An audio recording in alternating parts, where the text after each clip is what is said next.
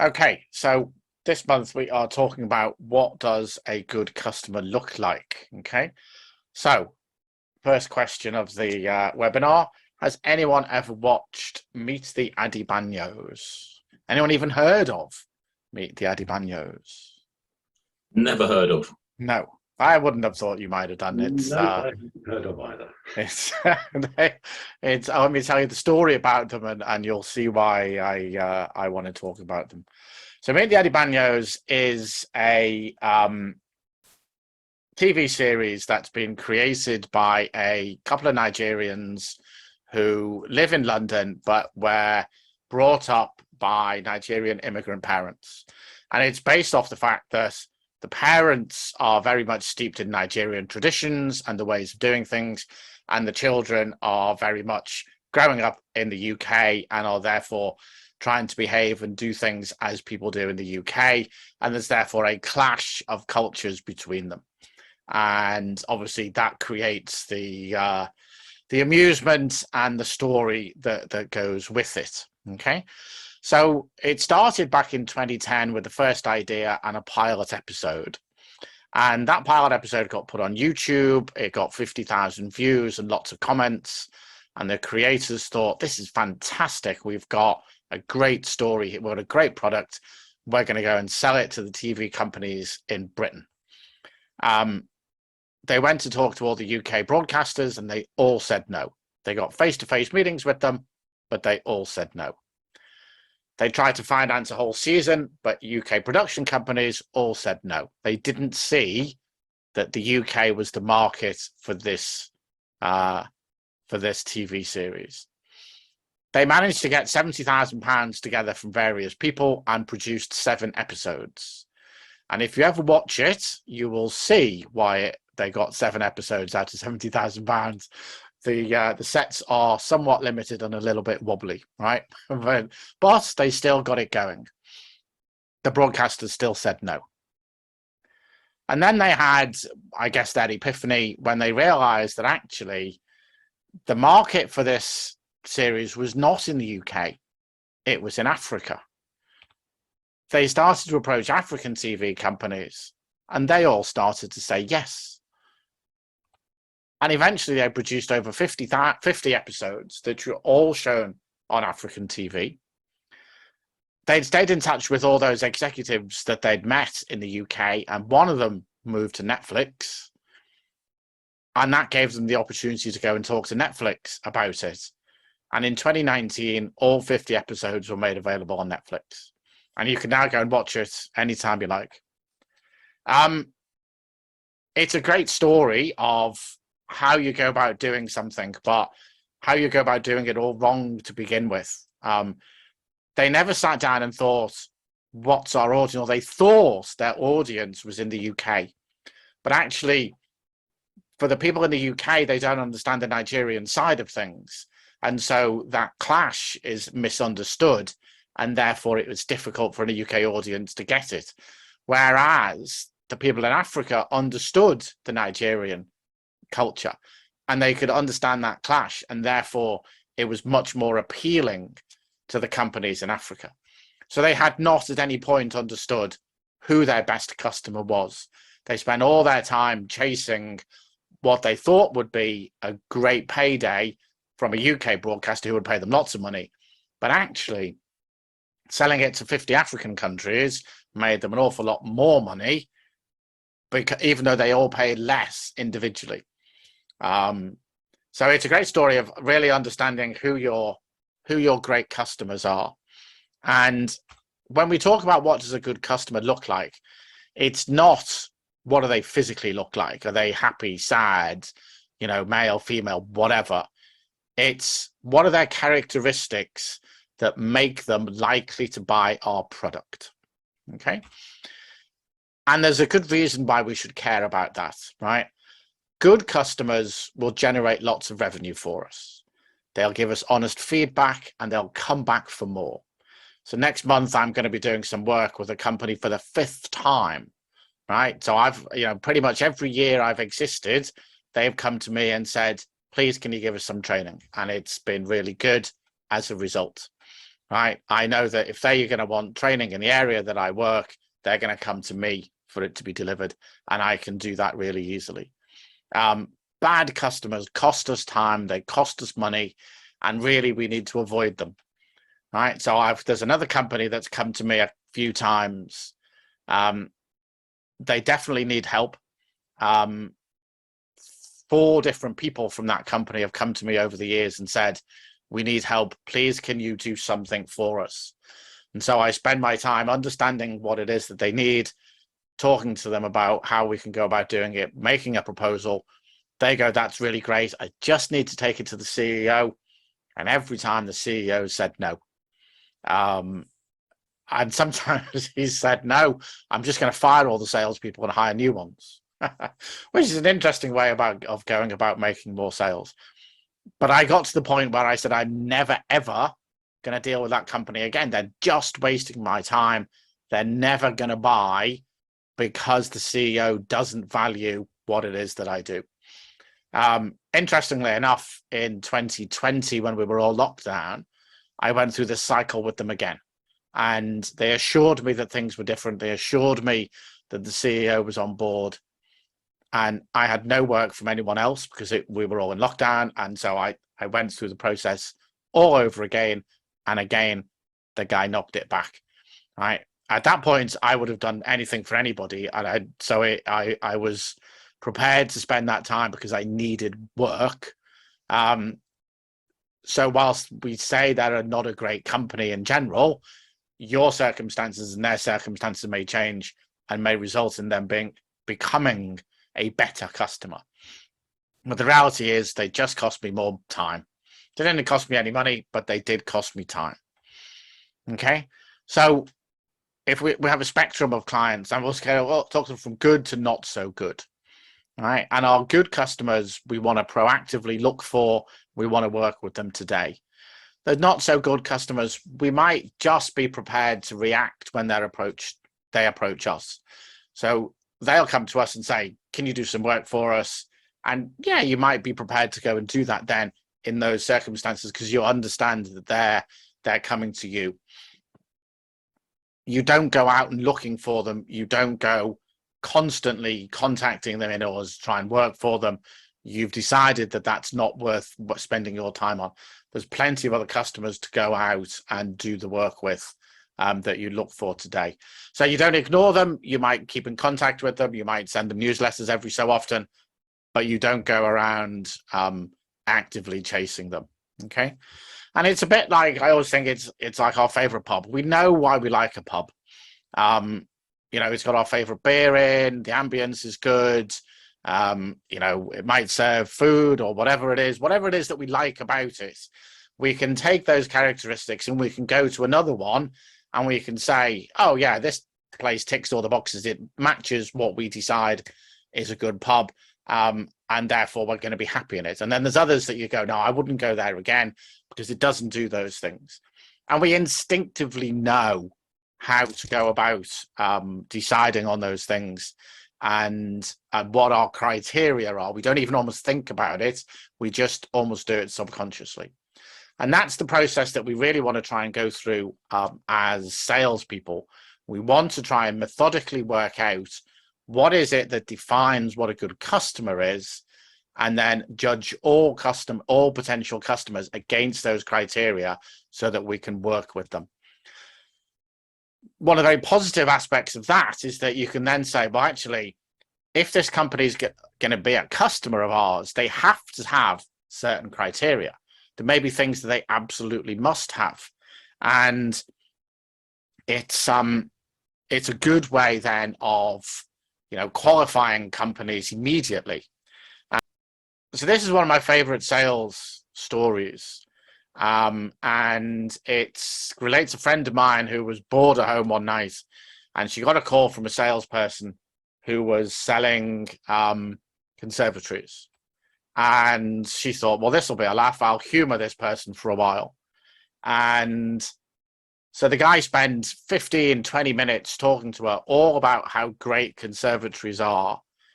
And she was really enthusiastic, made all the right buying signals for him. And after about 20 minutes, he said, right, he said, well, it's going to be important. I'm going to have to come round in order to measure up and see what your house is like. And then I can give you a quote for the conservatory. He said, what is your address? And she said, flat 8, 32 King Street. And the guy said, that is a ground floor flat, isn't it? And she said, no, it's a second floor flat. Is that a problem? At which point he put the phone down. All right. Now, it's clear you can only sell a conservatory to somebody who's on the ground floor. And it would be blindingly obvious to me that that must be one of the first questions that you ask. So if you're going to phone people up and try to sell them a conservatory, you need to understand, what type of property they live in to understand whether or not a conservatory is going to be valuable or useful to them. And they could have done that, in the first minute rather than spending 20 minutes getting to that point. So understanding what a good customer looks like stops wasting your time and their time. Conversely, I had someone phone me up a while ago, and they were from Guildford Office Interiors. And their first question to me was, do you work from home or do you have an office? And so I was like, well, I work from home. And they said, well, there's nothing we can do for you. Thanks very much. And, put the phone down. And I was almost disappointed that they stopped at that point, because it was such a good way of starting the conversation. But they were right. They couldn't do anything for me because they only worked in offices. So it stops you wasting your time when you look at these things. So a lot of the ideas that I sort of feed this part of my training come from Dr. Paddy Lund. Anyone ever heard of him? Nope. No. Okay. All right. So Paddy Lund is a dentist in Queensland in Australia, and he built a by invitation only business that is, incredibly successful without ever advertising. And what happened was he'd started his dentistry business, but really wasn't happy. His staff kept leaving. He had to deal with all sorts of customers. None of them made him happy. The staff weren't happy, and life was very miserable. And he decided he had to change things. And so he did lots and lots of different things, which are all documented in various books that he's written. And they are fantastic books, really easy to read. You just get them as ebooks on his website. But one of the changes that he made was that he realized that some customers or some people patients who came to him were just not that easy to deal with. So they never looked after their teeth. They never did the things that he asked them to do to look after their teeth. And they only ever came to him when they had a problem, as opposed to the people who did brush their teeth, did look after them, and came to him on a regular basis, such that major problems didn't occur. So they might have to have a small filling rather than a big filling, or what they didn't end up having to do is having to have a root canal or a tooth taken out because they'd let it get worse. And so he decided to get rid of all these patients who were not great. So he categorized them as A, B, C, and D. So the A's did everything that he asked and looked after their teeth, and the D's did nothing of what he asked and didn't look after their teeth. And so he basically persuaded the D's to go somewhere else. He persuaded most of the C's to go somewhere else. And the B's, he said, look, if you're going to stay, this is how I want you to behave. And everyone had to sign a contract to agree to do as he asked. And then they were all able to stay.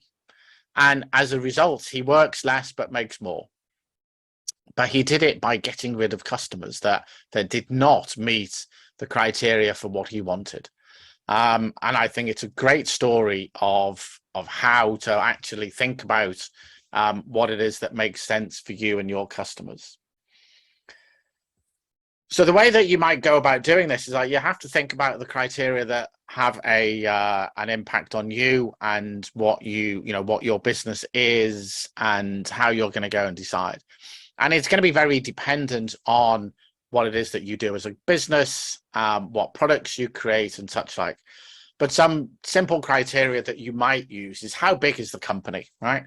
Small companies maybe don't have as much money as big companies, but it might be easier to deal with.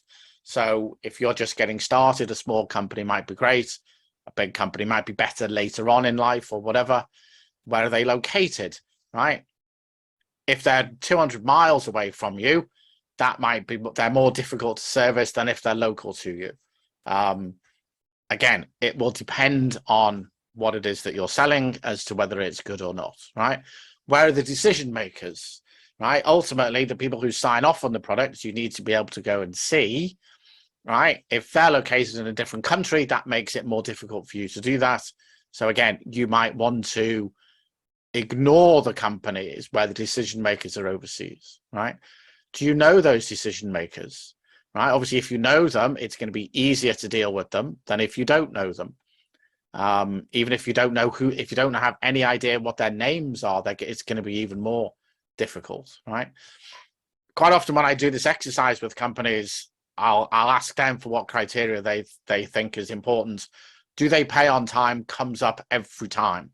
And amazingly, a lot of those companies don't pay on time. But again, that's, you know, if you're a small company, cash flow is really important, and being paid on time is going to be really important to you. So again, it might be an important criteria for you, right? Are they easy to deal with, right? Do they answer emails? Do they respond positively? Are they pleasant to talk to, and all of those things, right? Are your competitors preferred? So some companies, you know, if there's only 2 or 3 companies that provide a product in that particular marketplace, some companies may be, you know, very preferred, and some may not be, right? Or some may buy from anybody depending on, you know, whatever is going on. But if your competitor is preferred, you're going to have to work even harder to get your product in, right? Have they bought from us in the past? Is another one, right? It's much easier to sell to companies that have previously bought from you, right? They know who you are, you know who they are, and the whole sort of relationship is much easier as a result. So they're just some criteria that you might use. You know, what they do might make a difference. So, you know, I tend to focus on technology companies. So I look for people who are, you know, selling technology. But that's obviously specific to me and my business. Okay. So the way we go about doing it then is we have a series of criteria, and we have a rating as to what a poor company looks like and what a good company looks like. And then there's a score attached to each of those. So we might look at the size of the company, and we might say less than 10 employees is a low score. So this should actually say more than 1,000 employees is a high score, right? If they're located more than 200 kilometers away, it's a low score. If they're less than 10 kilometers away, it's a high score, right? Where the decision makers, you know, if they're in another country, it's low. If they're in this country, it's a high score, but it's not as high as the previous categories, which means that whilst this is a criteria that's important, it's not as important as how many employees they have, for example, right? Do they pay on time, right? Again, it's not as important. It's a criteria, but it's not as important, and so on. So for each criteria that you've got, you define what a low score is, what a high score is, and the low score doesn't even need to be 1, right? It could be, you know, 3 or 4, depending on what the criteria is. So you set that up for every company, and then you analyze every company against it. So, for example, size of the company. In this instance, we've got 500 employees, which is less than our 1,000, right? So it can't score 10, but we've scored it as 7, right? The head office is 100 kilometers away, so it's in this country, but it's not that close, so we're only going to give it a 3, right? Do they pay on time? In this instance, they always pay late, often 90 days late, right? So they have a really low score. But in this instance, we can assign an action to actually try to get that score better, right? we can't do anything about how many people they employ or where their head office is or whatever, but we might be able to do something about why they're always paying late. So it may be that we can meet with accounts payable, understand what their problem is, and see whether we can do anything that actually means that we get paid faster. All right. So always we're trying to see if we can make this score higher. Okay. So once we've done all of that, we might say, okay, you know, there's a maximum score of 44, and here we're scoring, what is that, about 28 out of 44. So it's a mid-level company, say. But we analyze all of our customers, and if we do it in a spreadsheet, we can then create some nice graphs, and we can say, okay, here's all our customers, here's their scoring. We can then sort them based on that total score, and we have some dividing lines between great, good, and what we might call ignored or transactional. So the great customers are the ones that we're going to go and chase first. These are the ones we want to go and try and build our relationship with straight away. The good ones we'll go and work with over time, and the ignored and transactional ones will probably wait till they come to us. We may send them information and such like, but we don't do anything more than that. Now, this is an exercise that you need to do every so often, right? Your criteria may change, companies change, the whole economy changes. And so the way that you rank customers may change over time. And so I would suggest roughly every 6 months or so to go back and review the exercise and see, am I still doing this correct? Or that has any of those companies changed? More to try and see whether companies are jumping from good to great, such that you go and prioritize going and working with them. The other thing to always say is that you've got to try and do the whole exercise in one go. So I've just been doing this for myself, and I did the exercise. It was 100 companies, and it took me over a week to do it. I wasn't doing it all the full time. It was an hour here, an hour there. And what I realized by the end is that I was actually judging companies differently at the end than I was at the start. So I wasn't being consistent in how I was scoring them. So I needed to go back to the start then, and then go back and redo the first ones, and make sure I was being consistent in how I did it. So trying to be consistent, trying to repeat it such that you get a consistent ranking, and then that can then dictate the activity that you do for the next 6 months or so. Okay, any questions, comments, thoughts on any of that?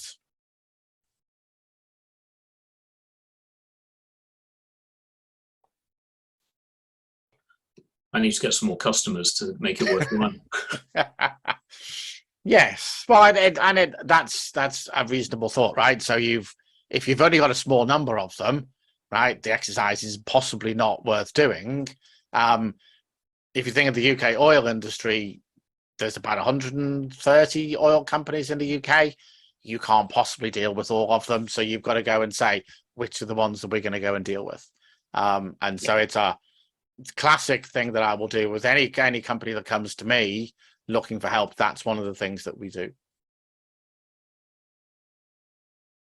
I suppose the other factor is that useful thanks is you just said it's how many do you need, because it's you've only got so many hours in the day, and so many salespeople can do so much. So it is the ranking sort of and what you want to go on to. Yeah. The challenge we have at the moment is finding out what actually a good customer looks like. We think we know, and you're validating that. So one of the areas we're doing is looking at different sectors and different propositions around what we can do. So it's a good customer could vary in type and shape and size, but so it's just picking that up. Yes. Well, one of the other things that you got to do all the time, isn't it? So yes, yes. Yeah. So one of the other things, one of the customers that I've done this with, they had 2 distinct product lines, and they had to do it for each product line, because some companies would buy one, but they wouldn't buy the other. So they were a great customer for one product line, but not for the other. So they had to do it like that as well. And again, you may have to do it by country or by region, depending on how different it is and where you want to go and work.